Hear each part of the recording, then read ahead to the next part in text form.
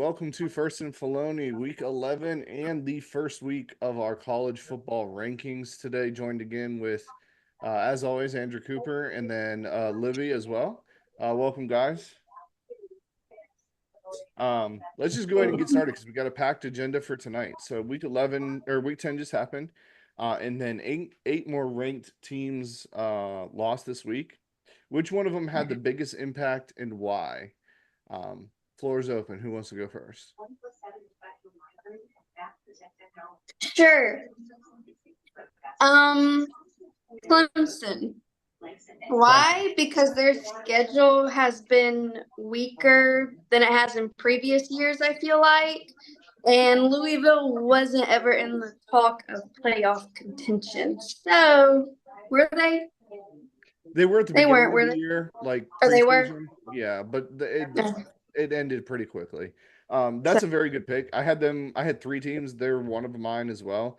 Um, the reason why I think it had like the impact is why they had the biggest impact would be like you said, kind of like the only real contender for Miami in the ACC Mm-hmm. outside of SMU. Although SMU might be able to keep up with Miami's offense, it might just be a 100-point game. Um, but I think Clemson is on the brink of losing more than one game going forward, and that isn't just this season, but more to come on that. But that is a great choice. Clemson definitely very big in the playoff losses or playoff conversation as well. Andrew, who did you have? Did you have Clemson as well? Hey, Clemson as well, but another team that now after two losses and this one coming to an unranked opponent, I'm kind of wondering if the luck's getting ready to fade a little bit, and that's Texas A&M. Okay, so I had something on that as well. So Texas A&M's losses are to LSU. They are Mm-hmm. to, I'm sorry, South Carolina's losses are to LSU, to uh, Bama. Bama, and who else? There's one more. Anyways, Is it their Tennessee? losses are top 20 losses. It's top teams in the top 20. So they're not a, I don't want to say South Carolina is a bad team, but the point that you're making that Texas A&M's run is over, I think so as well. Mike Elko, he, he's done a great job in year one, but nobody expected him to be where he's at right now in year one. Um, I'm wondering if it stems because he doesn't have a true quarterback that he would be comfortable with. Wegman, we know he just can't do it, and Marcel Reed, his arm just isn't there. Like he doesn't have a quarterback throwing arm, I don't think yet, and he's a freshman. Um, do you have any thoughts outside of those, like for Texas A&M on the biggest impact as well, or is it just because they were leading in the SEC? No, I think it's more or less pretty much, what you covered. I think, obviously nobody expected him to get into the top 10. Right. And I'm not saying that, A&M's going to slip off, but they really have to find a Mike Elko style of quarterback, kind of like a Riley Leonard at Duke before Right. he transferred out and when he was healthy. I think if you can keep the defense and keep recruiting that style of defense and you get a good quarterback outside with the playmakers as far as wide receivers and running backs that they've got coming in, I mean, I think they're going to be in contention for the next 10 plus years. Yeah, I think you hit the nail on the head. He's not an offensive guy. He needs a athletic game manager like a Riley Leonard, right? Like Riley Leonard would be perfect for Texas A&M right now, and I think they might honestly be undefeated if he was there. Um, I had them as well as my second team.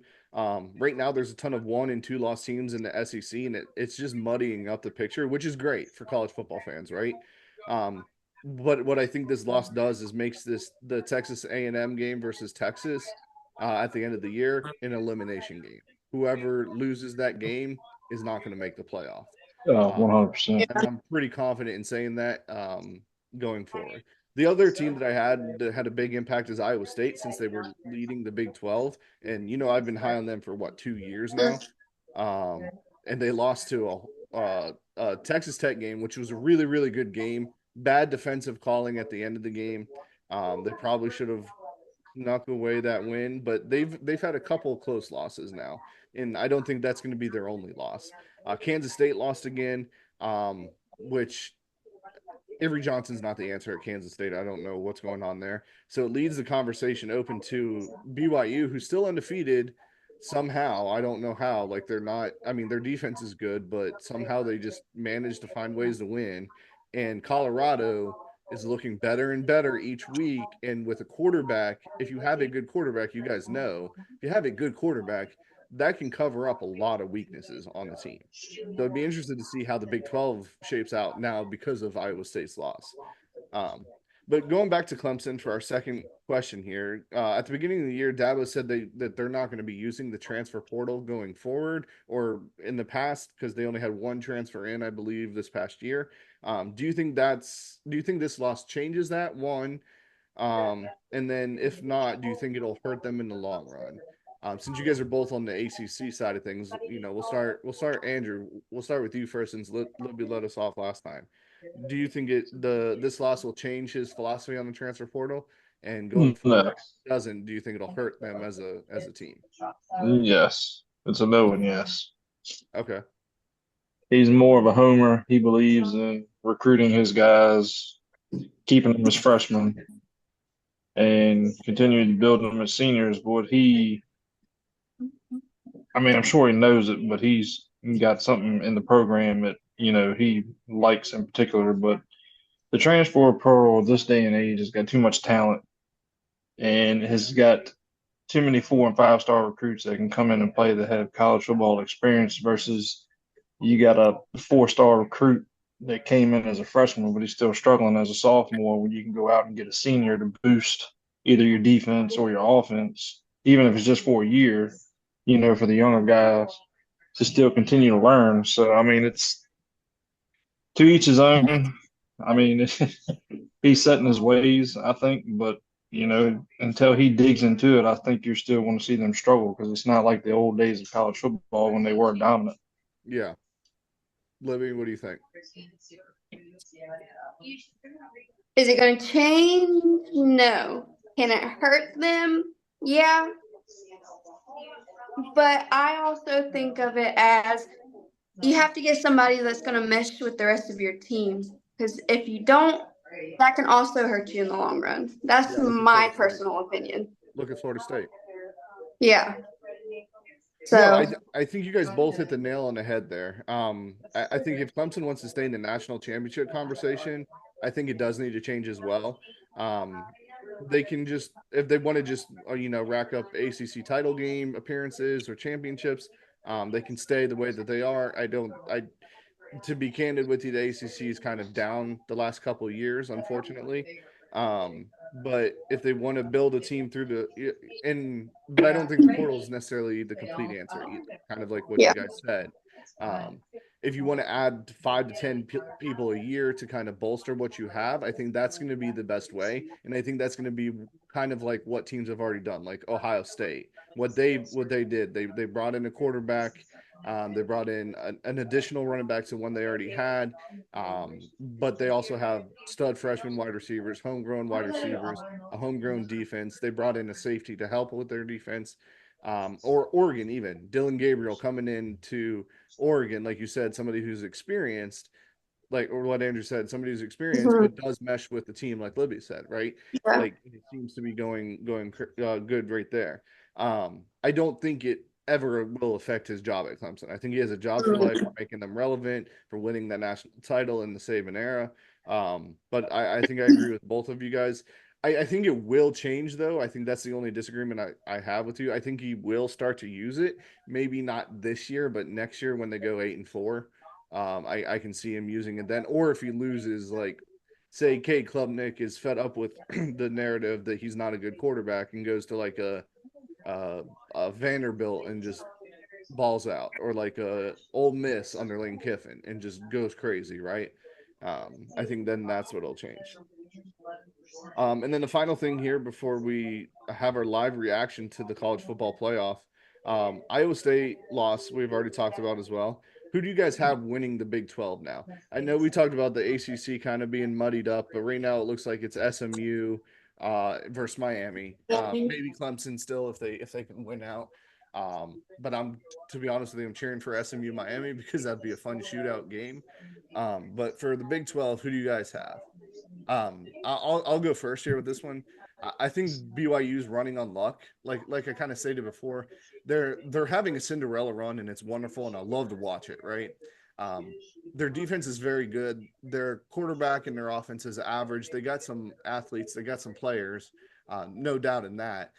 But they've won the turnover battle almost every single game except for one. And they somehow just come back and win or they blow teams out. I'd be shocked if they stay undefeated without looking at their schedule. And that, as I already mentioned, Colorado seems to have improved since the beginning of the year. The offensive line looks good. The defense in general just looks good as long as Travis Hunter's healthy. They're not great, but they're good enough to keep up with the team. And if you can keep up with the team and you have a quarterback like Shador, who might be the best quarterback in college football right now, I think that always has them as a contender. Right now, I think it's down to three teams. It's Iowa State, BYU, and Colorado. I'd love to see Colorado, BYU, but also I'm a big fan of Iowa State too. So I think Colorado might have the edge there if they can make up some wins going forward. Libby, what do you got? Who do you have winning the Big 12? I still think Iowa State can. And then I also had BYU and Colorado. But I don't know how good BYU is because I haven't seen them play. So I was going to say Colorado. They're a fun team to watch because like their defensive line is nasty. And then they just somehow just get like a play or two that will turn the game completely on its head. But I still like Iowa State. Yeah, I do too. I think the Iowa State loss might be a fluke and might be what they needed. But also like they should have lost 2 or 3 already. Yeah. Andrew, what do you got? Who do you have winning the Big 12? I mean, really, to me, it's a 3-horse race. If I had to pick 2 teams, really, I got to stick with BYU. I think they're going to ride the momentum a little bit. I mean, they're playing good ball at the right time. Yes, they're getting lucky, but they're kind of like another Miami. I think they're going to find a way to squeak it out. But if I had to pick the runner-up, I'm picking Colorado over Iowa State. Yeah, I think it's a 3-team race right now. Watch for Utah this week at Utah. Dangerous place, even though they're having a down year. Utah at night. That's going to be a very good game for college football sickos who want to watch late night Mountain West, or I guess Big 12 now, old Mountain West. Yeah, Big 12. Watch out for that game. Okay, and then the final thing here, before we get into this week, we have the college football playoff rankings. As of right now, the rankings are Oregon 1, Ohio State 2, Georgia 3, Miami 4, Texas 5, Penn State 6. That's interesting. Tennessee 7, Indiana 8, BYU 9, Notre Dame 10, Alabama 11, and Boise State 12. But that isn't how the playoff bracket would end up. If the playoffs started today, here's how the rankings would be: 1 Oregon, 2 Georgia, 3 Miami, 4 BYU. And then you have the 12-5 matchup of Boise State versus Ohio State, Indiana versus Tennessee in the 9-8, Alabama and Texas in the 11-6, and then Notre Dame and Penn State in the 10-7, leaving off Tennessee from the top 10. Initial thoughts running down there. What do you got here, Libby? You look surprised on something. What you got? Penn State is what, 6? Penn State's ranked 7. They're versus Notre Dame. 7. No. In the bracket, but Penn State's ranked 6. You're right. I don't know. This bracket thing confuses me. Okay. Yeah. So the top 4, highest rated conference winners are the 4 seeds. But Penn State's ranked 6th, which I agree. That shocked me as well. They did not look good versus Ohio State. I They brought in a new offensive coordinator, but they had no receivers. They had the one tight end who's going off, Tyler Warren. But they don't have any receivers. I don't think they're that good. I think they're going to make the playoff. 7 seed in the playoff or 10 or 6 seed in the rankings, I think is a little too high for me as well. Andrew, what are your thoughts? I can't really say I agree with the Alabama at the 11th seed. I think I'd replace them. Well, no. Looking at this, I would have them ahead of Notre Dame. But Notre Dame has 1 loss. It's Northern Iowa. Yeah, but I mean, Illinois, but yeah, I know. But I mean, if you look at the strength of schedule, I mean, if we're going back to the South Carolina and the Texas A&M, where they had 3 top 20 losses. I mean, Bama's lost 2. Vandy. Yeah, and within the top 10 teams, other than the Vandy, but yeah. No, I mean it's interesting. I disagree with the G5 school being ranked 12. I think they should be a little bit higher. I think I would put Indiana 12, Alabama 9, and Boise State 11. I think I only switched them 1. Because Boise State played Oregon and only lost by 3, and that's their only loss. Now, granted, a lot of it is because of Ashton Genty, but that's interesting. All right, well, it'll be interesting going forward to see what we have here. BYU getting a bye, never in a million years would have called that. So we'll see. We'll see if that actually happens and stays true. Okay, so week 10 recap records are Andrew is 67-38, had a winning record versus me last week. I'm 73-32. The locks are 55-50. Libby, I don't think you did too hot last week. I went 6-4. Thank you. 6-4. Okay. I know there was a couple that you sided with me, and I think that all of them lost. So maybe learn your lesson and don't side with me on that. Player of the week from last week.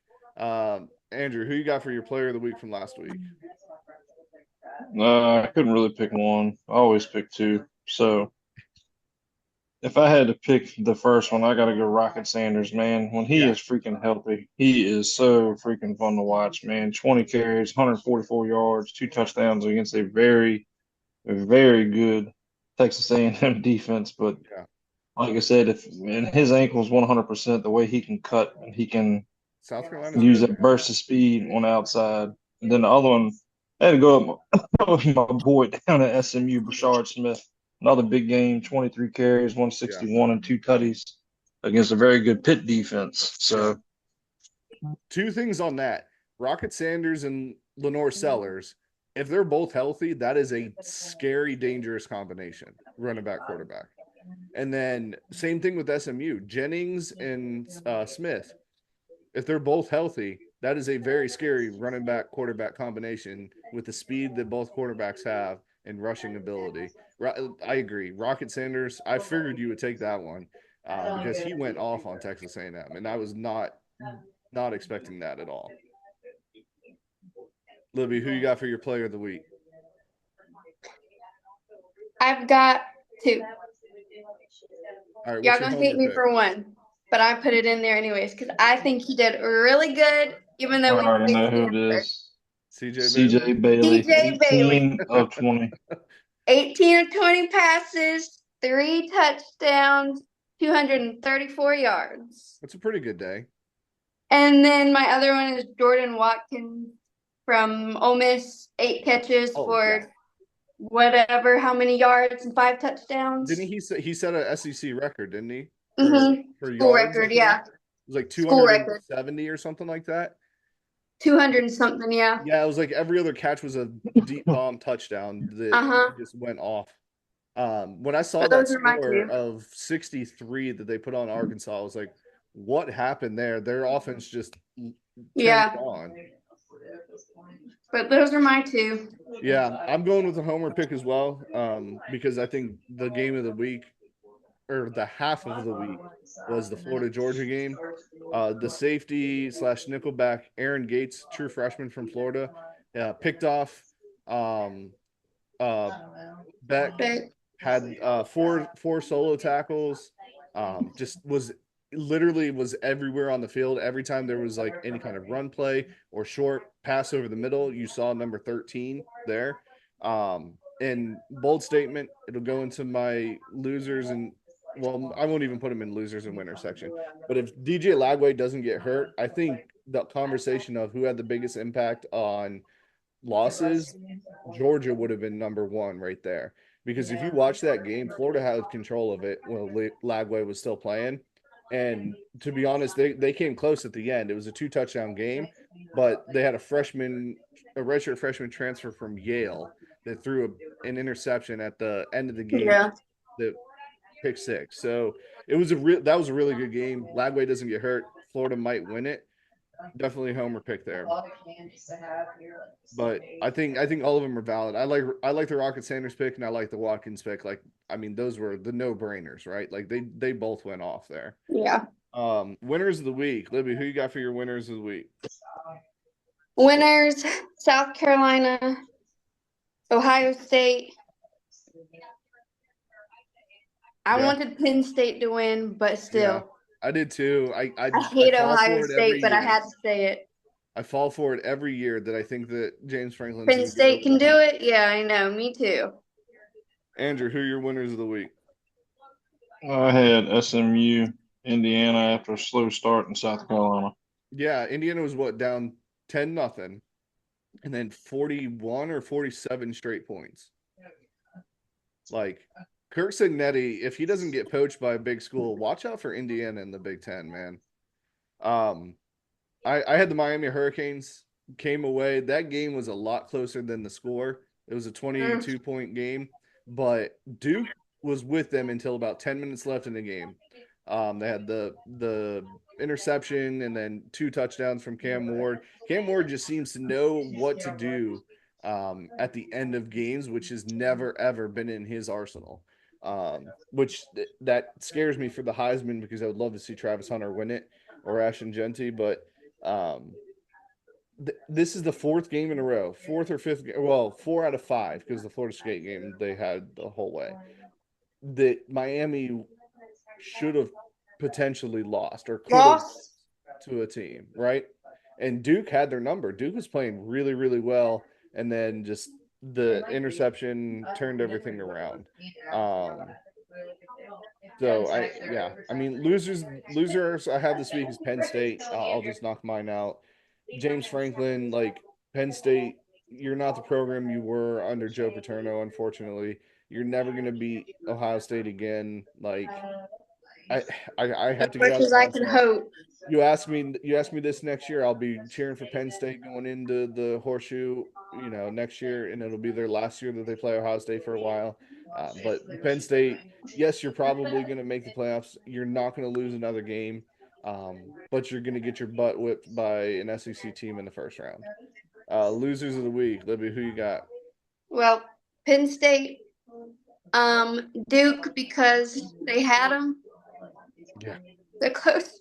It was a good And game. Clemson, because I was not expecting that from Clemson from at a night game at Death Valley. Yeah, I don't know. Clemson's offense just looked pedestrian. Like they did not look good. I know that's not what they're known for, but like that was not a Clemson team that Yeah, we've ever seen. I know. So those are my losers. Andrew, your losers of the week. I had Iowa State, Clemson, and Penn State. Yeah, I feel like there was just I think this loss was really going to hurt Iowa State. Yeah, it was a bad loss too. Like it was just a bad loss. Okay, so let's get into our game picks. We have 10 game picks here. And I mean, let's just knock them out. I think there's some playoff implications of some of these games. Who would have thought we would be talking playoff games this late into the season, to be honest with you. Now that the 12th seed playoff happens, I think we'll be talking about it more and more. Michigan at Indy. Indiana is favored by 14 points. Kirk and Nettie and the boys. Rourke just keeps rolling. I think they win. I think they win by 21 and just put those cheaters in their place. Give me Indiana. Andrew, who you got? Give me Signetti and the boys. Libby, you too? Give me Signetti. Next game, Minnesota at Rutgers. Minnesota is favored by 6. Minnesota's sneaky having a good year after the opening game loss against UNC. Rutgers, they tricked me again at the beginning of the year, having some decent wins and winning by a lot. I think Minnesota wins and wins pretty easily. Give me Minnesota. Andrew, who you got? I'm rowing the boat with PJ Fleck and the boys. You were on him last week, and I don't think you're going to get off of him. So, Libby, who you got? Minnesota.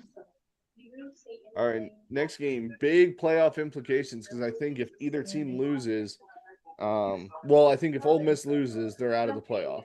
If Georgia loses, they're gonna be a bottom 3 team. Georgia's favored by only 2.5 in Oxford. The big game last week. Does that sway your opinion, Libby? Who you got? We're gonna put you on the hot seat early.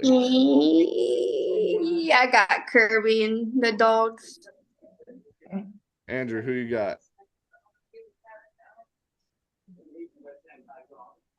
I don't know because you don't know what freaking Ole Miss team you're going to get. I know. Yeah, exactly. But then again, you got Carson Beck averaging 3 freaking interceptions a week a game. Right. I know. And Ole Miss's defense. Bad?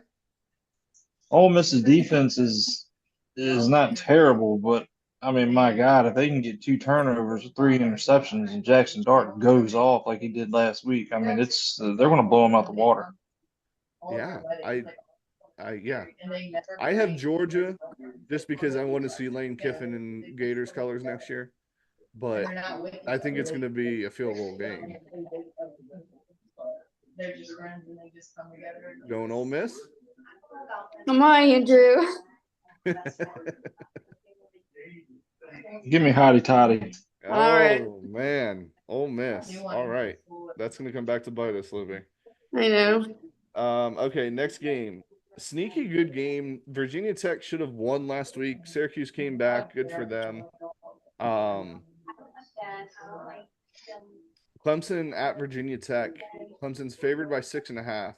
I'll just go out and say it. I'm thinking an upset in Lane Stadium. I'm hoping Kyron Jones is back. If he's not back, then it's going to be Clemson. But I can't pick Clemson after the team that I saw last week.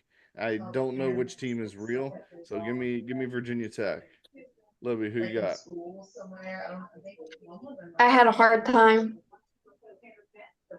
But I think Clemson bounces back, but they don't win by maybe 3-7. Andrew? Clemson in overtime. Ooh. Next game here, the hometown special, Duke at NC State, the battle for Raleigh. NC State's favored by 3 points. Oh, Lord. Both teams You already know who you need to pick, Libby, if they're favored. Both teams had a great showing last week. NC State's favored by 3. I'm gonna stay Stop true saying it. I'm gonna stay true to NC State, and I'm picking NC State to win this game. I think it was a heartbreaker for Duke last week. I think Manny Diaz is the right coach for Duke. I just don't think he has his people in yet. I know. Well, you know who I pick. I can't. Yeah. I can't. Yeah. NC State for Libby. Andrew, you gonna ride with us, or you gonna go Duke? I mean, I'm not I'm not picking blue over red. I can tell you that. Fact. So all I can tell you is you better hope the defense shows up. Yeah. Yep. I mean, they showed up last week. I mean, except for your boy number 3. Win or loss, that ain't my boy. Day, so. I told you he sucks. He should just gone ahead and transfer. Andrew, win or lose, you'll have free drinks all day on Saturday. So that's all that matters, right? I mean, red better be the color.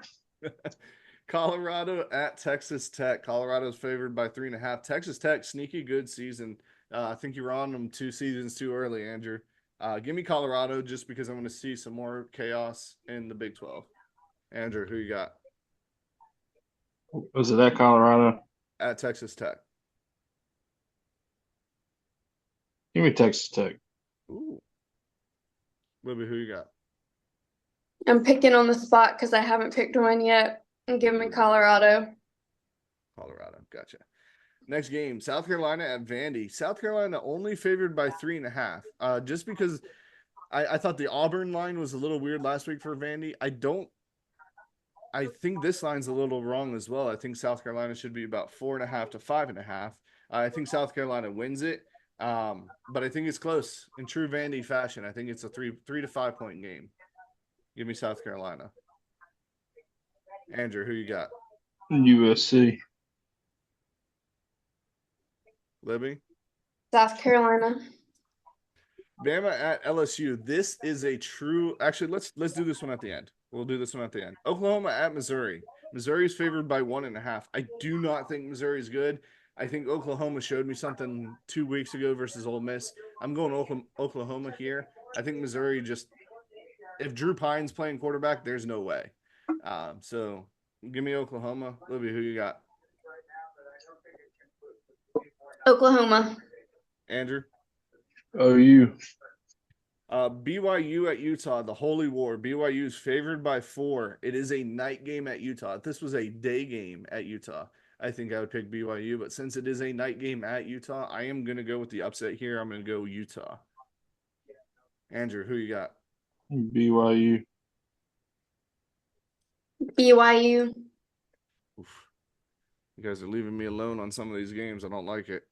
Okay, and then a true elimination game, I believe. I think whoever loses this game is completely out of the playoffs unless absolute chaos happens with the rest of the season. Alabama at LSU. Alabama's favored by 3 points. Who are you trusting more, Garrett Nussmeier or Jalen Milroe? We'll start with our guest here. Libby, who you got? What time is the game? I believe it's at night.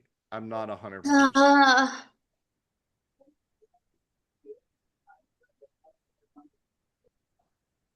I'll go with the Tide. Oh. I don't know. Andrew, who you got? Go Tigers. Go Tigers. Yeah, it's at 7:30. Okay, so we got I don't know if you have watched the TikToks lately, but when they have the DJ there and the crowd is in it like they are, they feed off that a whole lot more than what people think. yeah, it's just like No, I haven't seen the TikToks. It's just like the Utah thing. You don't pick against certain teams at night. It is in Death Valley. But I trust Kalen DeBoer more than I trust Brian Kelly. Give me Alabama. I think it's gonna be close. Would I be shocked if LSU wins? No. But I think the loss to Texas A&M kind of screwed them up. Okay, so got some game picks here. Just gonna run through them. Let me know if you want to talk about any of them. Northern Illinois versus Western Michigan, Wednesday night. So to the night that this comes out, Northern Illinois is favored by 1.5. Give me Northern Illinois minus 1.5. Mississippi State versus Tennessee. I believe it's at 24 minus 24 now for Tennessee. I think that's way too many points. Their offense is not that explosive. Mississippi State actually has a decent offense. Give me Mississippi State plus 24. Michigan versus Indy, like I already said, Indiana's going to win by more than 14. Give me Indiana minus 14. Georgia versus Ole Miss. I think Georgia wins by a field goal, so give me Georgia minus 2.5. I think the defense is the difference in that game. BYU versus Utah. I already said Utah's going to win outright, so give me Utah plus 4. Clemson versus Virginia Tech. I already said Virginia Tech's going to win outright, so give me Virginia Tech plus 6.5. Florida versus Texas. If Lagway plays, that's the only stipulation I'm going to put on this game. If Lagway plays, which he might, because the hamstring injury wasn't as bad as previously thought, give me Florida plus 21.5. Florida sneaky good defense. I think if they have Lagway, they have a chance. Miami versus Georgia Tech. Miami's favored by 11. I think Miami pulls out a 14-point victory. Give me Miami minus 11. Is Cam Ward still hurt? Huh? Mertz Isn't is Cam out Ward for the hurt? season. Cam Ward? No, isn't Cam Ward hurt? I don't think so. I thought he got injured against Duke, No, he played the whole game. or he got shooken up or whatever. Yeah, no, I think he came back and played. Yeah, he was there at the end. South Carolina versus Vandy, points galore. Give me 40 over 45 and versus Arizona State. UCF with Rizik, their fourth quarterback this year, finally has something going together, and Arizona State can score as well with Kenny Dillingham at coach. Give me over 55 and a half. Libby, I know you shook your head at the Florida one. Did you have a question on that one, or you wanted to I comment? didn't know what happened to DJ. So on a run play, he slipped on the turf or on the field in Jacksonville. And Was it his hamstring? it was his hamstring. They had an MRI and it wasn't as serious. So it was just a pull, not a tear. Because I saw him get carted off, but I never saw a replay of it. Yeah, it didn't look bad. It just looked like he slipped and kind of Pulled something? he pulled his hamstring. I mean, it's going to hinder his running ability, but Yeah. it was scary there because of the cart, 1,000%. And they did give him an MRI right away. He ended up coming back on the sideline and was fine. Okay. So he is scheduled to play. Will he play? I don't know. Or questionable, I should say, not scheduled to play. But that's my caveat. If he does play, they're gonna hit that 21 points. All right, players to watch this week. I have two matchups, so I'll go ahead and knock those out first. My first matchup is Dart versus Beck. Which quarterback is going to survive in advance? Which one do you trust more? Because Jackson Dart does not play well in big games, but he played well last week. Carson Beck, as Andrew already said, averaging like 2 to 3 interceptions a game this season. Can he tighten that up? And then the second one is Milroe versus Nussmeier. Elimination game. Who do you trust more? Do you trust Milroe and his experience and his legs, or do you trust Nussmeier, who's a potential fringe first-round quarterback in the next 2 years? I don't know. I think it lies more on coaching on that one, but, coaches can't play the game. The players have to play the game. So I trust Milroe just a little bit more, and the athletes at Alabama just a little bit more. So we'll see. So those are my players to watch. 4 quarterbacks. Pretty boring. Andrew, who you got for your players to watch this week? I got Jackson Dart. I think in order to get Ole Miss back into a real conversation, he needs to play with that chip on his shoulder that he did last week. Yeah, I agree. He looked good last week, but then again, Watkins went off. Libby, I'm guessing Jackson Dart is your player to watch? Yeah, I wanted to see if he can do what he did last week. But all right, well that's everything for this week. We're an episode early this week. Next week will be same time, same place. Like I said, feel free to send in more questions, more reaction to more college football playoffs. Hopefully we'll have another great weekend of college football. But until then, we'll see you next week.